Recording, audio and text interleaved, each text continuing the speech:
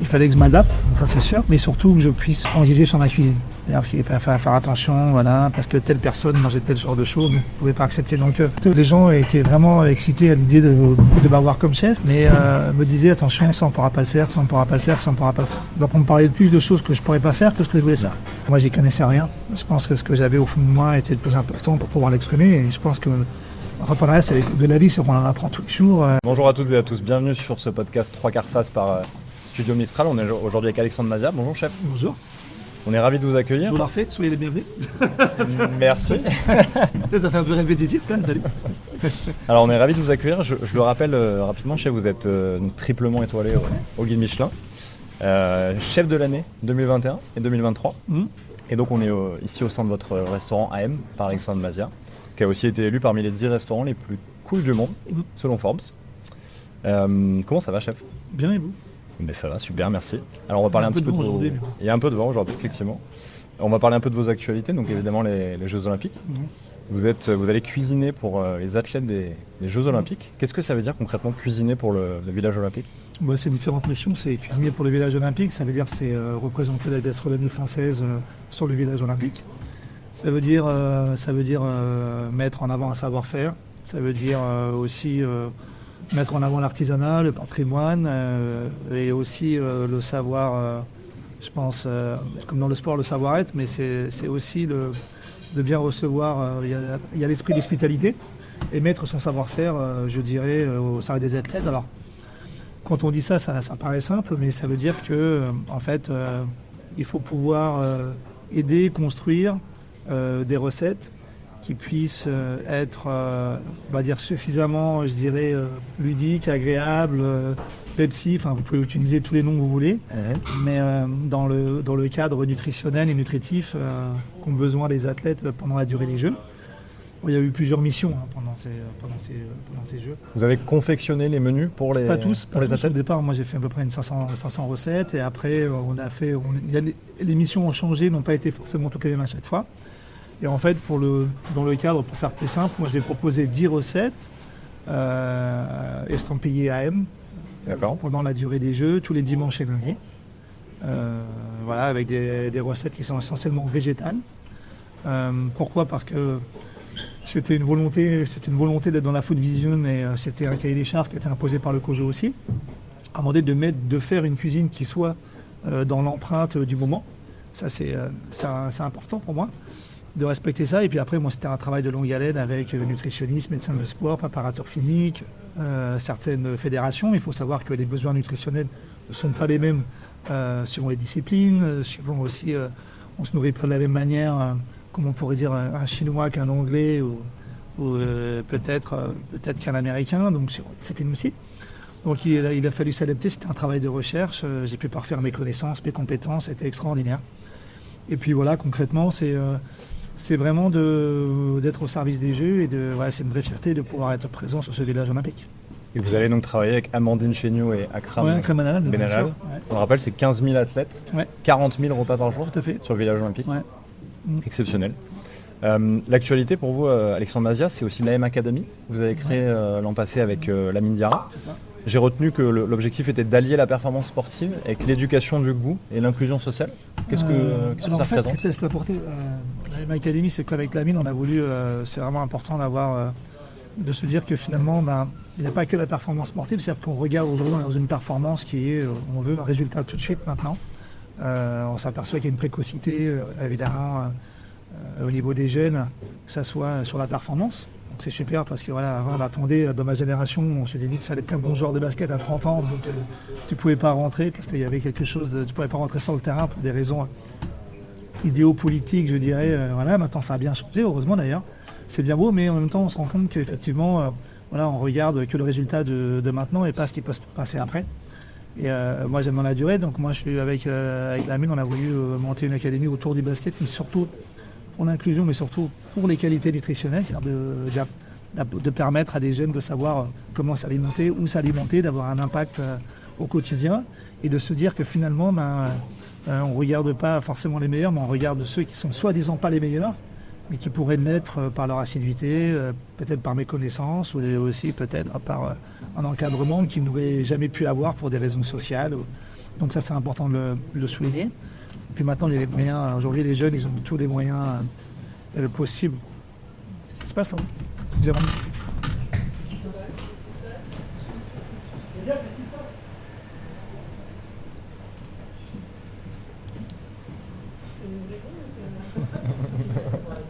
Two hours later. Tout va bien, la personne n'a pas de mort. Tout va bien? Ouais, je m'inquiétais, désolé. Moi aussi, j'ai Ouais, c'est pour ça qu'on se voit tout le monde sortir, je dis qu'est-ce qui se passe? Non, ils ont juste fait tomber une batterie de 15 000 € par terre, c'est tout. Ah oui. Alexandre Bazir, ça va être aussi les 10 ans de votre restaurant à M, 10 ans, ouais, le dans 17 quelques jours. Mm. Qu'est-ce que ça vous fait? C'est passé vite. C'est passé très très vite.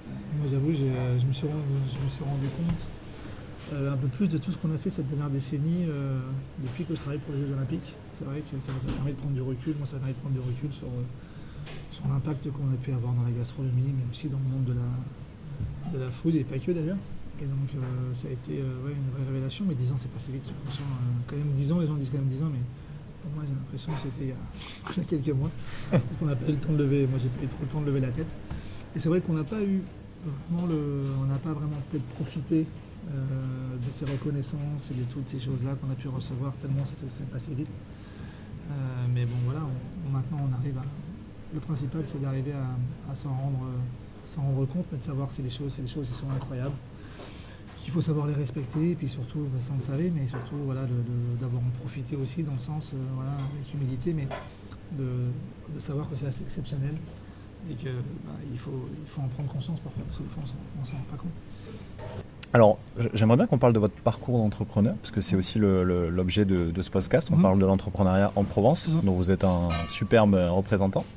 Vous avez passé les 15 premières années de votre vie en République du Congo. Ouais. Qu'est-ce que ça vous a apporté et en quoi ça a un peu influencé votre cuisine aujourd'hui? Surtout la cuisine, pourquoi? Parce qu'effectivement, je pense que l'Afrique, c'est quand même quelque chose de totalement différent. Il y a les odeurs, il y a la terre rouge, il y a l'ocre, coucher de soleil, il y a les produits marins. Enfin, il y a toute une atmosphère qui est quand même assez particulière pour moi, parce que, en plus, moi, je suis né à la clinique des Manguiers. J'ai habité pendant 15 ans à la Côte Sauvage. Voilà, c'était quelque chose d'assez intemporel, je pense, mais qui était vraiment en lien avec. C'est pas en marge, vraiment en lien avec la vie locale. Donc c'est vrai que pour moi, ça reste des empreintes. Mais oui, ça a construit ma cuisine pour faire mon identité. Pourquoi? Parce que forcément, les voyages, mais forcément aussi, il y a les épices, le fumier. Il y a des choses, la papaye, les sakasaka, le mafé, la mangue. Pour certains, ce sont des produits exotiques. Pour moi, ce sont des produits que j'ai pu côtoyer au quotidien. Donc c'est vrai que il y a une empreinte qui est très très forte par ces produits. Et puis évidemment, le fait d'être, je dirais, dans l'entrepreneuriat, ce que ça m'a appris, c'est, je dirais que l'Afrique sont mes origines. Je garde une certaine insouciance. Surtout ça, l'insouciance. Mais après, quand je suis arrivé en France, c'était pas la même chose. Je peux vous dire. Alors, il y a 10 ans, vous aviez eu l'occasion de travailler dans des palaces et vous avez pourtant fait le choix de l'entrepreneuriat et d'ouvrir ce restaurant à M, on le rappelle. Ouais. Pourquoi ce choix à cette époque? Pourquoi ce choix à cette époque? Pourquoi? Parce qu'en fait, tous les postes que j'avais ou tous les postes qu'on me demandait, des super postes d'ailleurs, j'avais toujours quelque chose à faire qui était, il fallait que je m'adapte, ça c'est sûr, mais surtout que je puisse transiger sur ma cuisine. C'est-à-dire qu'il fallait faire attention, parce que telle personne mangeait tel genre de choses, je ne pouvais pas accepter. Donc c'était tout de suite, les gens étaient vraiment excités à l'idée de m'avoir comme chef, mais me disaient attention, ça on ne pourra pas le faire, ça on ne pourra pas le faire, ça on ne pourra pas le faire. Donc on me parlait de plus de choses que je ne pourrais pas faire que ce que je voulais faire. Donc c'est vrai que ça a été. Puis moi, je me suis retrouvé surtout. Ça a été l'entrepreneuriat pour moi, ça a été surtout un peu le bug droit. Moi j'étais face à un mur, je sortais d'un établissement dans lequel j'avais officié, je sortais sans rien. J'avais 20 balles, j'avais 40 balles, on vivait sur un salaire avec ma femme Anne. J'avais rien, je me demandais ce que j'allais faire, mais on devait rester ici parce que son papa était malade et donc elle ne voulait pas partir à l'étranger, donc j'avais pas le choix que de rester ici. Donc très vite je me suis retrouvé, c'était pareil, c'est toujours des parcours un peu particuliers, toujours je me suis retrouvé à faire un repas pour des anciens clients qui étaient à l'époque où je travaillais. Et puis du coup, de fil en aiguille, on a réussi à faire quelque chose que je puisse ouvrir ce lieu. Et voilà, j'ai ouvert ce lieu modestement en me disant ça marche là, ça marche pas, ben, je ferai autre chose, quoi. Voilà. Mais c'est vrai, c'était un lieu que j'ai ouvert voilà, en sachant pertinemment que voilà, j'avais un objectif en tête et que seul moi l'avais et pouvait se permettre de l'identifier. Ça a été, c'était une vraie, je pense, c'était une vraie expérience aussi. J'ai appris dans mon métier d'entrepreneuriat. C'était quoi cet objectif justement?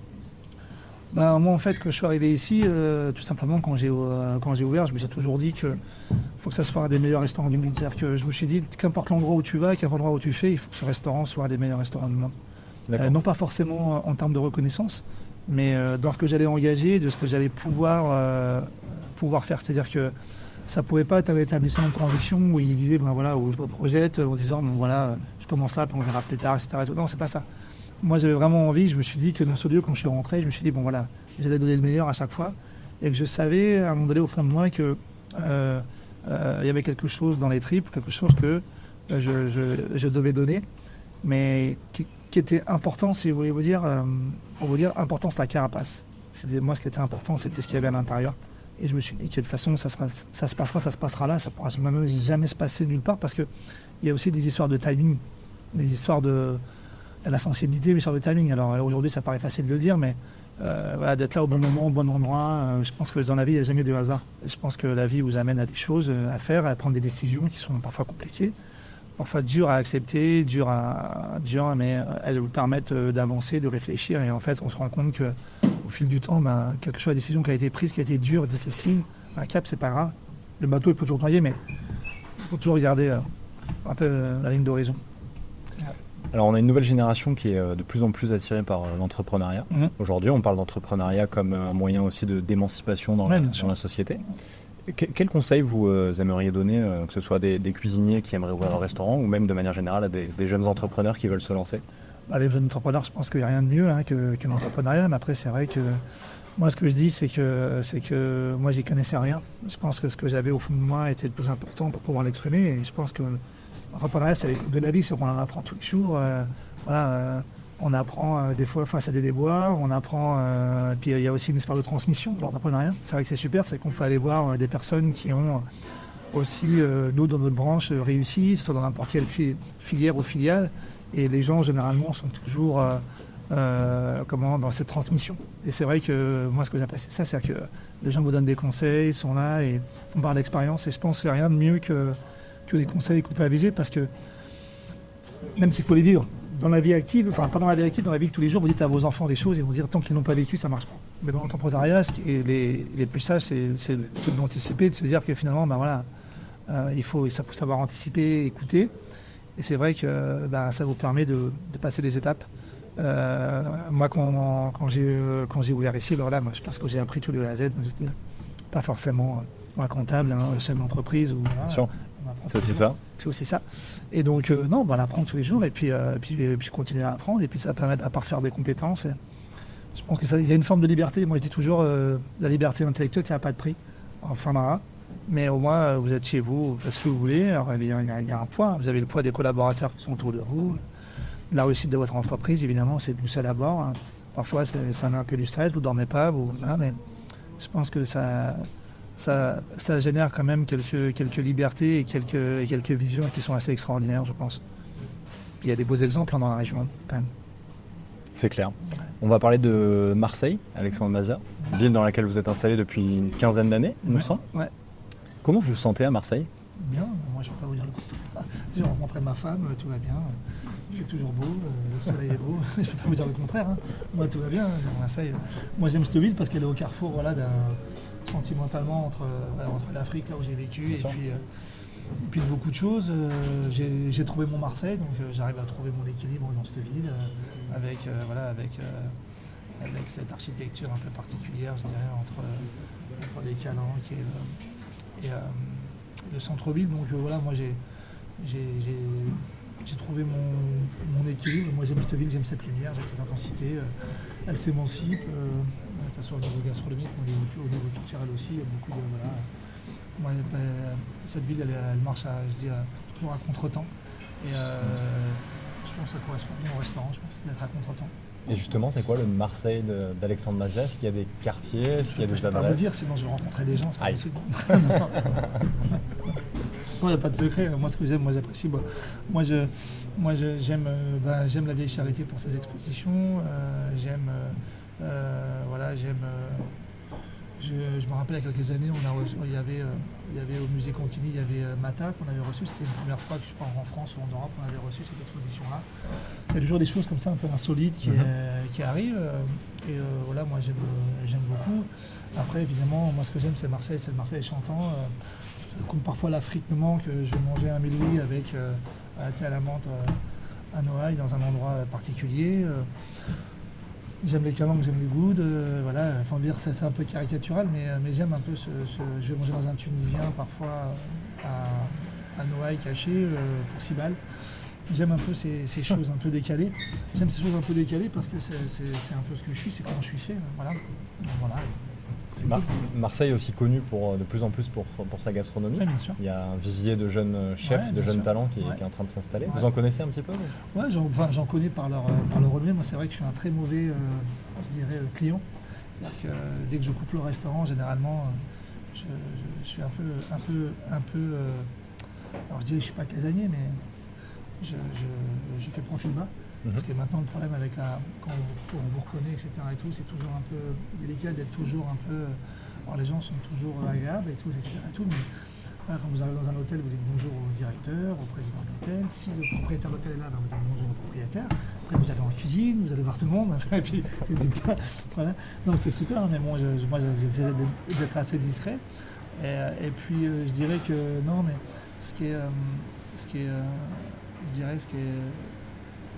je me rappelle plus de la question en fait. Les jeunes chefs les à jeunes Marseille. chefs, ouais. Ce que je disais, ce qui est super, c'est que voilà, il y a des jeunes qui sont installés, qui sont venus me voir, qui me demandent des fois des conseils ou parfois des maraîchers, des fournisseurs, ça peut être des pêcheurs, des fois quand ils viennent, où ils me demandent moi j'ai un problème sur ça, qu'est-ce que je peux faire? Bon, généralement, je leur dis, je les indique. Le tout, c'est aussi quand les gens viennent nous voir, c'est de se dire d'être disponible et de se dire que voilà, si vous pouvez éviter les problèmes que j'ai pu rencontrer, moi, anticiper. Voilà, j'aime beaucoup. Il y a une fille qui est super sympa, qui est Laetitia Viss, là, que j'aime beaucoup, j'apprécie beaucoup. La femme du boucher? La femme du boucher que j'apprécie beaucoup parce que c'est une femme à tempérament bien trempé, qui est droit dans ses bottes. Et j'aime bien ce genre de caractère. Et voilà, il y a une cuisine assez originale aussi. Ouais, et puis elle fait ce qu'elle aime. Elle fait ce qu'elle aime, elle va au bout de son truc. Et puis c'est important d'aller au bout de ce que l'on est, et de ne pas transiger, d'être authentique. J'aime beaucoup de jeunes, il y a Lauréat, il y a Écume aussi, des gens qui sont sympas. Moi j'aime bien tous ces jeunes là. Voilà, et puis il y a Regain aussi qui sont sympas. Tous ces gens, moi je les suis de loin parce qu'on m'en parle, les clients m'en parlent, etc. Et puis après, moi si je peux conseiller. Puis, moi j'envoie surtout beaucoup de clients moi, dans ces adresses-là parce que souvent les gens me disent où je peux aller manger, qu'est-ce qu'on fait, souvent on reçoit des mails, on reste 3-4 jours à Marseille. Donc c'est vrai que moi j'ai tendance à faire en sorte qu'ils découvrent la ville aussi d'une autre manière, avec un autre regard. Et c'est important aussi d'en être il se distribue parce que je sais quand on commence au début c'est pas évident, des fois on a peu ou pas de clients et puis on est toujours un peu figé, on a un peu peur. Alors moi ce que je fais généralement, pareil, tous les journalistes qui passent ici, je les envoie chez les jeunes pour pouvoir dire, vous savez, il y a aussi des jeunes sympas qui puissent venir parce que je trouve que c'est cool. Nous on a commencé, pour vous dire pourquoi je dis ça, parce que nous on n'a jamais eu d'agence de RP jusqu'en 2019 et on a 2020 quand on a été cuisinier de l'année. Et c'est vrai que moi je trouve ça, des fois on n'a pas les moyens et on est dans une ère maintenant où c'est un peu compliqué, donc si je peux aider à ma manière, moi je trouve ça cool et puis je trouve ça sympa. Sans forcément le dire, à part à vous. Alors peut-être un dernier thème, chef, sur le sport. Ouais. On le rappelle, vous êtes un ancien athlète professionnel, vous étiez joueur de basket au niveau professionnel. Alors l'actualité, donc c'est évidemment les Jeux Olympiques, on en a parlé. Est-ce que vous avez un regard sur ces équipes de France de basket olympique? Écoutez, j'espère que on a vu l'équipe de France, je pense l'équipe de France de basket, on a une équipe très athlétique, je pense avec des joueurs qui arrivent en fin de carrière NBA. Je pense que pour eux, pour certains, c'est l'aboutissement d'une carrière, c'est leur dernier jeu. Donc je pense qu'ils vont avoir cœur à vouloir faire. Je pense à la dernière mission de Vincent Collet. Il y a tout un groupe parce qu'après les Jeux Olympiques, il y a toujours un changement notoire pour la Fédé, etc. Et tout. Donc ça fait 4 ans, je pense que plus que ça, même pour les équipes qui bossent avec Pascal Donadieu, justement, qui arrête Nanterre. Donc il y a toute une symbolique. Moi, tout ce que j'espère, c'est que je sais très bien qu'ils vont avoir à cœur de donner le meilleur, mais les équipes vont être belles cette année, elles sont fortes. On a vu que, pareil, la Dream Team, l'équipe américaine, a pratiquement mis ses meilleurs joueurs là maintenant, notamment LeBron James, qui sont certainement ses derniers jeux. Donc je pense que lui, il va avoir à cœur aussi de gagner ses jeux. Donc ça va être super. Ça va être super. Et puis, bon, il n'y a pas que les jeux, il n'y a pas que la Dream Team, il y a aussi l'Espagne, voilà, donc qui sont des équipes quand même qui sont très très fortes. Mais voilà, moi j'ai hâte de découvrir un peu tout ça. Et puis il n'y a pas que le basket, il y a plein de disciplines comme l'athlétisme, le kayak, voilà, tout ça. Moi j'ai envie de. C'est super les Jeux Olympiques parce que parfois on découvre une discipline. Je sais qu'il va y avoir le skateboard, voilà, des disciplines comme ça qui sont très peu connues mais qui mettent en avant des gens de qualité, qui n'ont pas forcément sponsorisés comme certains sports. Il y a vraiment une disparité parfois. Et moi j'aime qu'on mette en avant ça rejoint un peu l'esprit un peu de la M Academy. Vous voyez, on voit un peu ceux qu'on voit moins, voilà, et on les voit un peu plus comme la voile. Moi j'ai découvert avec l'équipe de France de voile ici, j'ai pu découvrir des gens mais incroyables, sympathiques, passionnés. Des gens voilà, superbes et qui méritent. Voilà, je vais suivre ça avec attention et puis surtout comme un fan, quoi. Parce que moi je suis toujours un peu un enfant face à ça. Vous êtes un peu foot aussi, Alexandre Mazia? Je suis un peu foot obligatoirement quand on est à Marseille, on est obligé de suivre le foot parce qu'indépendamment des résultats, ben forcément on vous dit ce qui se passe. Donc, puis moi j'ai des amis journalistes dans le foot, voilà, des anciens potes à moi qui sont aussi agents de joueurs, etc. et tout, donc qui me parlent un peu du foot. Vous allez suivre l'Euro 2024? Je vais essayer de le suivre. De toute façon, moi je suis un amateur incontestable, donc je suivrai de toute manière avec plaisir, toujours. Bon, très bien. J'ai une dernière question pour vous, Alexandre Mazia. Est-ce que vous êtes supporter de l'OM? Je suis supporter de l'OM, ouais. Au grand désespoir de mes potes parisiens. Voilà. J'ai pas dit ça, heureusement il n'a pas entendu. Il m'a regardé, il fonce les sourcils. Voilà. Vous avez vu le regard qu'il a fait? Oui, je sais, mais tous mes potes, un de mes meilleurs amis aussi, supporter de Paris. J'ai beaucoup de potes d'enfance aussi qui sont même dans la musique ou même dans le spectacle, enfin, qui sont des artistes qui sont supporters de l'OM. Je tairai les noms pour pas les mettre, n'est-ce pas Samy? Donc du coup, non, moi, bien sûr, moi j'ai grandi avec Papin, Waddle, toute la clique là, Bonnie, donc c'est vrai que moi j'ai toujours suivi un peu cette équipe. Je suis plutôt plus Marseille que Paris.